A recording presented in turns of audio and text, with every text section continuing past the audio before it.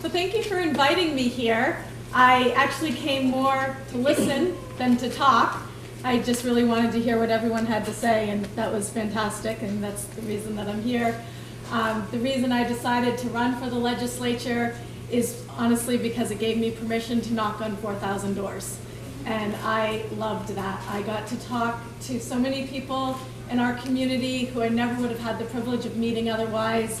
I was invited into people's homes to see how people who are working full-time can't afford to fix their roof, how their floors are buckling, and it's a real struggle, and it was just an absolutely amazing experience to be allowed to understand what people's lives are like.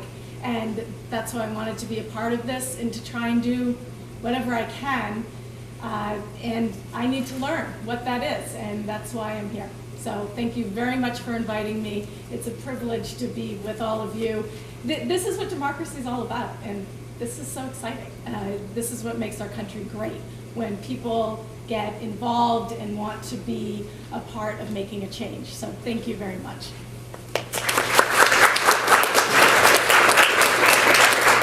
Senator Katz, I'm told that I mispronounced your name, and I apologize. That's quite all right. Quite all right. It's your time. It happens all the time.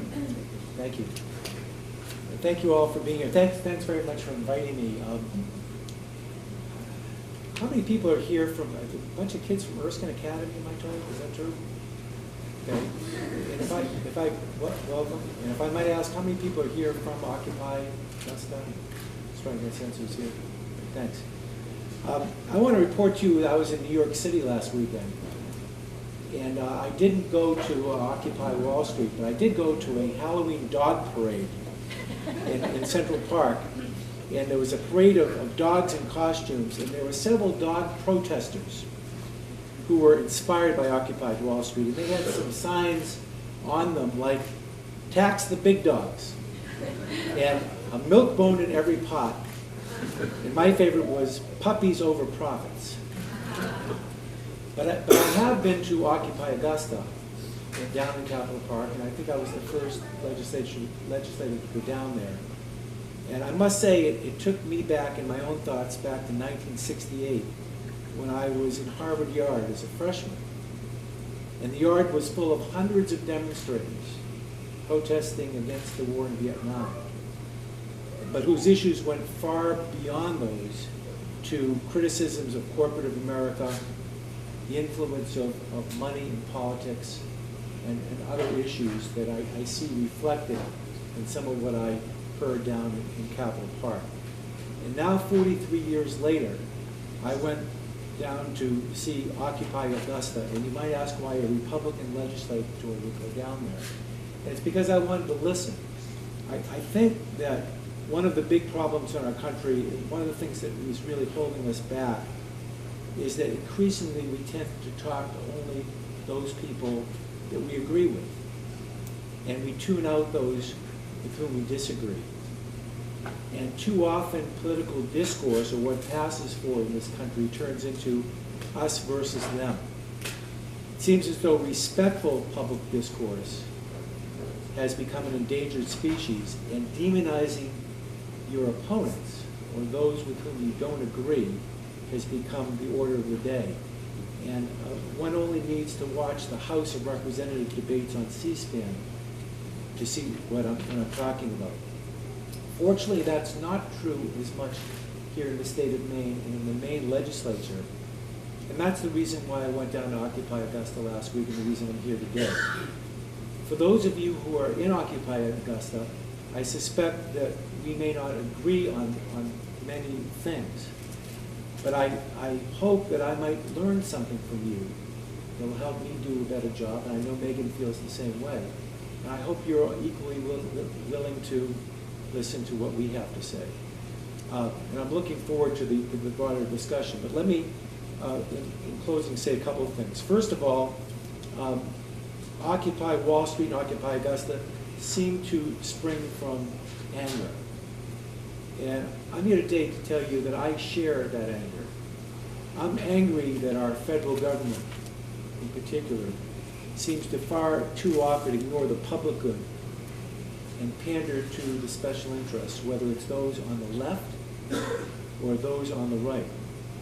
And I'm angry that we have a national debt that's going to strangle this country, bankrupt our children, and is really nothing short of immoral. And yet we seem incapable as a country to deal with it. So I share your anger. But the last thing I want to say is that while I am fully supportive of your right to assemble, and I'm very impressed with the manner, the way you're doing it down there, and the way you're conducting your general assemblies every day, I must admit I'm having a hard time understanding your message. As a state senator who was elected to try to help solve our state's problems, I have to come up with very specific proposals and legislation, very specific changes that we want to make. And I'm having, so in that effort, it's important to me to be able to have specifics. And I appreciate what Demi said earlier about it's tough to get the 99% to agree on specific action items. Well, welcome to the Maine legislature, because it's tough to get 184 people to agree on specific action items too. So I've read Occupy Maine's literature, and their uniting principles, which are as follows. Think globally, act locally. People before profits. I guess that's even better than puppies before profits. Using a diversity of tactics. Address inequalities within our society. The power structure in government does not serve the people. The intent of the Constitution has been perverted by elected and represented appointed officials. Accountability for appointed and elected officials.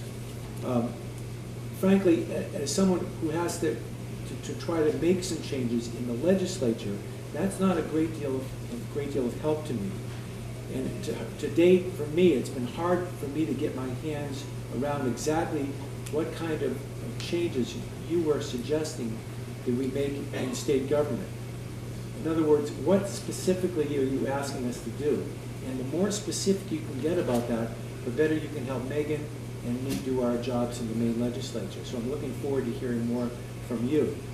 So again, thank you very much for having me today, and thanks to the university for holding this discussion and for your emerging dedication to the importance of public discourse. If there's one place in the state of Maine that this ought to be happening all the time, it's here in the Capitol.